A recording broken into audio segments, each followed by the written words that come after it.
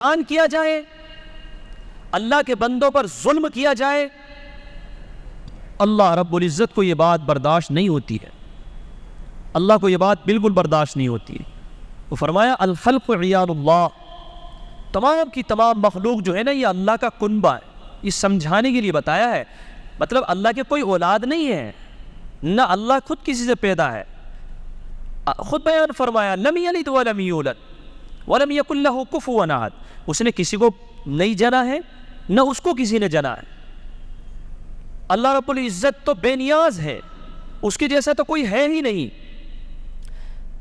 تو اللہ کے کوئی اولاد نہیں، کوئی اولاد نہیں ہے، لیکن جتنی بھی مخلوق ہیں اس میں انسان ہو، جانور ہو، جتنے بھی جاندار ہو، یہ تمام کی تمام جو چیزیں ہیں سب اللہ کی مخلوق ہیں۔ تو فرمایا کہ تمام کی تمام مخلوق یہ اللہ کا کنبہ ہے۔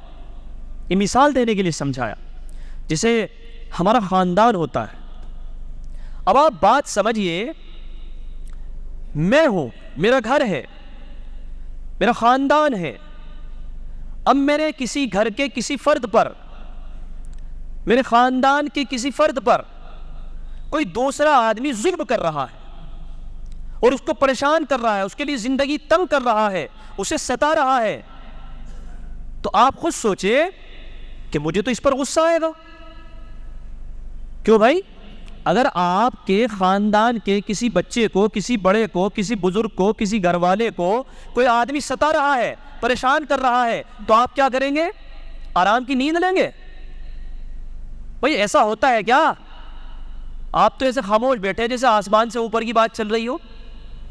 بھئی آپ کے کسی گھر والے پہ کوئی ظلم کرے اور اس کو پریشان کرے، کسی خاندان والے پر، آپ کے بچے پر، آپ کی بیٹی پر، آپ کی اولاد پر ظلم کرے، تو آپ خاموش بیٹھیں گے کہ ٹھیک ہے کوئی بات نہ کرنے تو آ جاؤ گھر میں، بعد میں دوپہر کو کھانا کھا لینا، کوئی بات نہ، باہر پھر پٹ کے آ جانا؟ ایسے کرو گے؟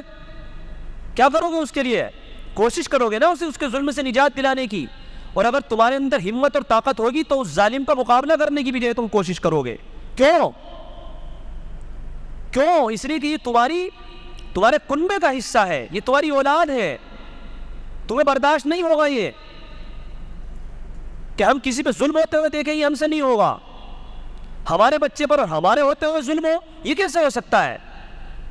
تو اسی طرح سے مثال کو سمجھایا الخلق عیال اللہ، تمام کی تمام مخلوق یہ اللہ کا کنبہ ہے۔ جب اللہ کی مخلوق پر ظلم ہونے لگتا ہے تو پھر اللہ کو جو ہے غصہ آتا ہے، میری مخلوق پر ظلم نہیں، یہ برداشت نہیں ہوگا بالکل بھی۔ ایک وقت تک تو اللہ ڈھیل دیتے ہیں، ایک وقت اللہ کا مزاج یہ ہے کہ وہ فوراً پکڑ نہیں کرتے، الا یہ کہ کبھی اللہ کو زیادہ غصہ آ جائے تو وہ فوراً بھی پکڑ کر لیتا ہے۔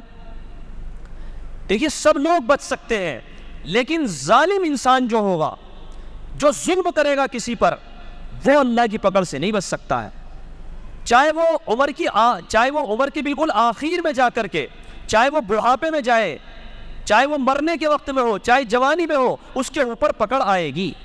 اور ظلم کیا ہے؟ ظلم کے بہت سارے درجے ہوتے ہیں۔ آپ محلے کے اندر، آپ کا خاندان کنبہ ذرا بڑا ہے، کئی جوان لڑکے ہیں، آپ کے بھتیجے، بھانجے، بیٹے، خوب ماشاءاللہ 20-50 لوگوں کا پریوار ہے، وہیں ایک چھوٹا آدمی بھی آپ کے محلے میں رہتا ہے۔ اب آپ نے مثال کے طور پر مکان بنانا شروع کیا، اب آپ نے اس کے دروازے کے سامنے آپ نے چھجا نکالنا شروع کر دیا اس کے مکان کو گھیر کر کے۔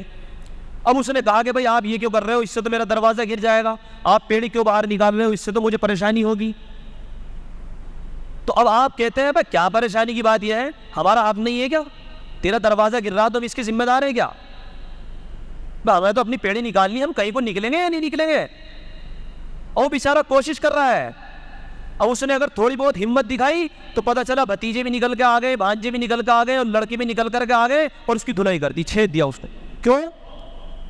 کیونکہ ہمارے گھر میں تو 50 لوگوں کا خاندان ہے اور پیسے بھی ہمارے پاپ بتیرے سارے ہیں، کرو ڈالے اسے پیٹ پاٹ کے اور الٹا اسی جیل میں بند کرا دیا،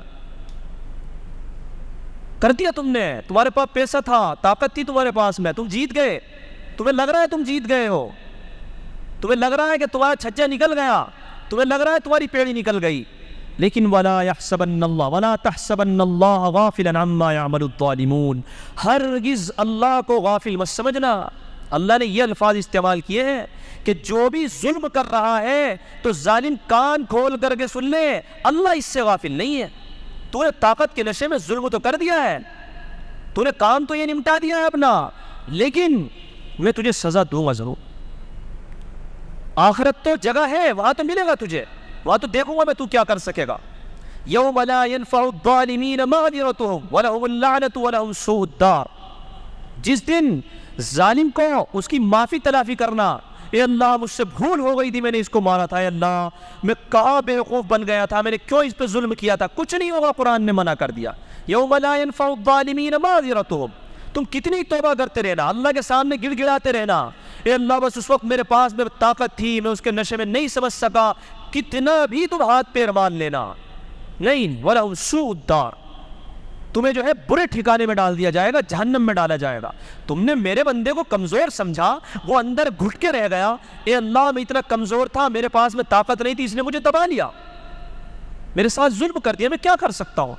میرے اللہ تو نے مجھے اتنا کمزور بنایا، تو اس میں کیا کر سکتا ہوں؟ جو اس کی اندر سے گھٹن ہوتی ہے، وہ جو قرآن ہوتی ہے اور وہ جو اللہ سنتا ہے، تو اس قرآن کے بدلے میں جو اللہ کی طرف سے پکڑ آتی ہے نا، تو بھائی کوئی بھی ہے دیکھو کان کھول کر کے سن لو، اللہ کی طرف سے جب اس کی آہ کے متعلق پکڑ آئے گی تو آپ بستر پہ سے بھی نہیں اٹھ پائیں گے، اور اللہ کی سختی کے اور عذاب کے طرح طرح کے طریقے ہوتے ہیں۔ بعض دفعہ یوں ہوتا ہے کہ اولاد بھی اللہ رب العزت ایسی پیدا کرنی شروع کر دیتا ہے کہ اس کی نسلیں آگے کو چلی نہ پائیں، لنگڑے لنجے بیمار، کبھی جوانی میں بیمار کر دیا، گھر میں بیماریاں پھیل گئیں، خود کو ایسی بیماریاں اس طرح کی لائق ہو جائیں گی کہ وہ بستر پہ سے اٹھ نہیں پائے گا۔ بعض لوگوں کو بڑی خطرناک اللہ سزا دیتا ہے۔ اب یہ نہیں کہ اگر کوئی بیمار ہو ہے تو سب کو آپ یہی سمجھ بیٹھے کہ اس کو بھی کوئی ظلم مل رہا ہے، اس طرح نہیں کہنا چاہیے کسی کو۔ وہ اللہ جانتا ہے کہ کس کو دے رہا ہے سزا اور کس کو دے رہا ہے انعام، یہ اللہ کا کام ہے کہ کس کو پریشانی میں ڈال کر کے درجے بلند کر رہا ہے اور کس کو پریشان کر کے ظلم کی سزا دے رہا ہے، یہ اللہ کا کام ہے۔ ہمارا کام یہ نہیں کہ کسی کو دیکھ کر کہہ دے کہ اس نے بہت ظلم کیا تھا اس لیے پڑا ہوا ہے، یہ ہمارا کام نہیں ہے، یہ فیصلہ اللہ کا ہے۔